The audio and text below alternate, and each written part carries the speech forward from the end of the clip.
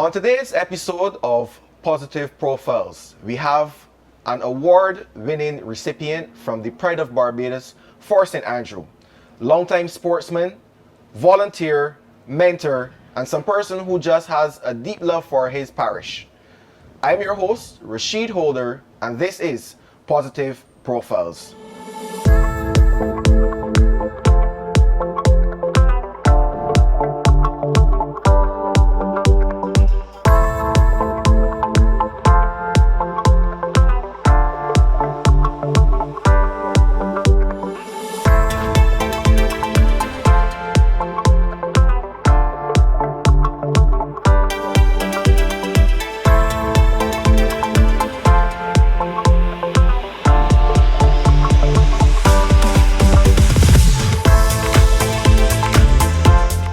Mr. Pedro Belgrave, Chelsea fan and a lover of all things to do with St. Andrew. Welcome to Positive Profiles. Thank you. Good morning, everyone. Mr. Belgrave, I hope I didn't miss anything by stating you are a volunteer, mentor, longtime sportsman. If there's anything missing, feel free to share with our audience at this time. Well, there's nothing missing at this time. There's nothing missing. You had everything correct. As some person who is from the parish of St. Andrew and has a long history and connection, tell me where it all began. It all began back as a youth. Back in 1983, I'm growing up in Walker, St. Andrew. At first, earlier life, I was living in Spoitstone, St. Peter, with my mom. Then after I passed with Allen School, I came back to St. Andrew to live with my grandmother, my grandparents. So it all started from there. We started a little club in 1985 in Walkers, named SBW, St. Simon's Borden and Walkers Sports and Culture Club. Right? It started from there as I'm there doing youth work, doing work with the group. So you've always been some person that has seen the need for youth development. Yes, I think that youth development is that not only to develop us in education, but also our life skills as socialization. People that were in our club, I think, help mentor us as young persons. So we were mentored by these people. Some person like Loretta, Carol Downs, James Belgrave, my uncle. You had Ellis. These are all stalwarts from St. They're Andrew. all stalwarts of St. Andrew, right?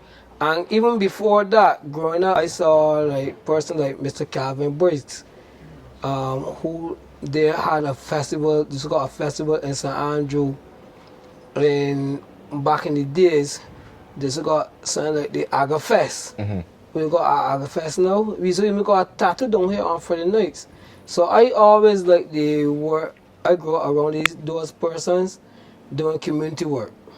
Now, as some person who grew up being involved in the community, why was it important and why is it important to, continue in empowering others and, just giving back of your time? As I said, these persons that I had mentioned before, they were instrumental in my life in terms of I was very too when I was young. I was very when I was young. And they helped mentor me to be the person that I am at this stage right now. So I figured that if they could do it for me, I could give back to the community and try and mentor or talk with young children, young boys, young girls in the community about their life. Yeah. To help them in their lives. Now, we say sharing is caring. and obviously as some person who has benefited or at least seen the benefits of having a mentor, some person that can impact you in a positive way, you have now decided to pass on the knowledge, the experiences to the younger generation. But you're also an advocate for the blind community. Tell me a bit about the work that you're doing, and why you decided to also chart that path. Well, I was introduced to, when I became blind in 2017, I was introduced to a group named the National United Society of the Blind Barbados. There's a group for blind and visually impaired persons. We're under the Barbados Council for the Disabled. There are mother umbrella body on that group. I saw the need to help for us as blind people to be more independent, alright? To be more independent out there in life. So I try to advocate for the blind. I was made sports committee chairman back in 2022. And from there I've been working with the National United Society of the Blind to develop sports in Barbados, also with the Barbados National Paralympic Movement, which I'm an executive member, to try to develop Paralympic sports in the Caribbean, in Barbados. Sorry, go ahead. I think sports is one way of advocating, showing people that just because we are blind or may have a disability, that we can still take part in things, activities out there in the wider community. So inclusivity in sport is obviously a big thing for you. Yes. Right. And I wanna speak a bit about you being a Pride of Barbados recipient for St. Andrew. You would have received the award. Did you have any idea that you were going to collect this award? Or obviously as some person doing a lot of community work, did you think that it would lead to you being awarded the Pride of Barbados? No, I didn't even know my name went forward, because all these things I do in the parts that I do and with the blind fraternity, I do not expect awards or rewards for it. I just do it of the kindness of my heart and to help the persons that I am working with, help the people persons that I'm working with. So when I got the call that I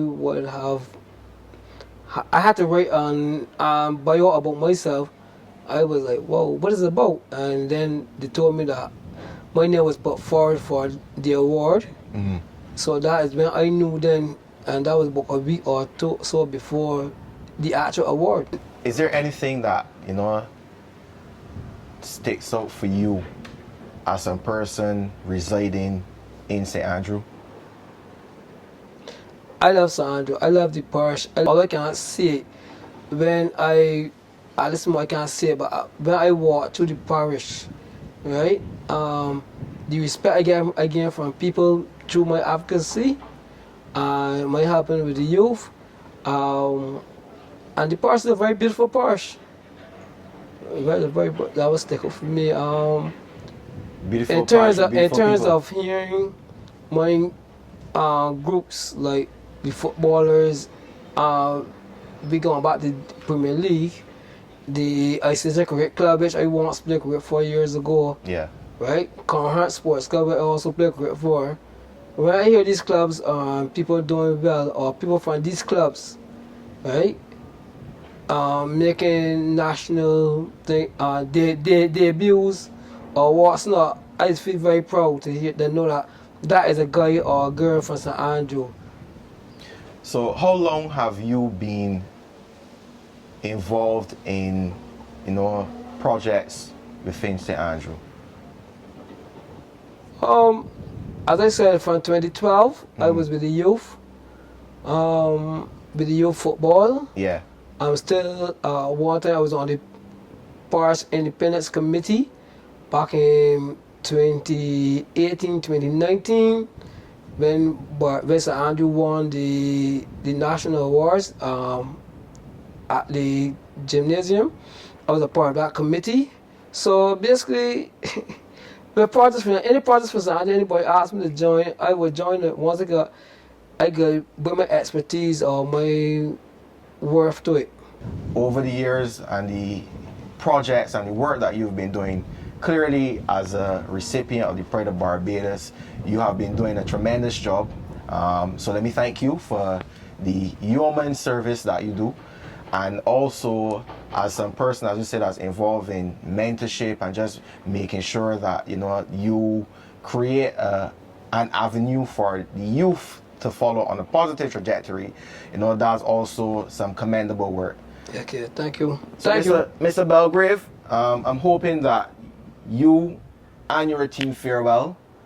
And I want to thank you for joining me here today on Positive Profiles. This has been another episode of Positive Profiles, where we learn about advocacy, the importance of mentorship, and why it is important to also give back to your community. I'm your host, Rashid Holder, and this is Positive Profiles.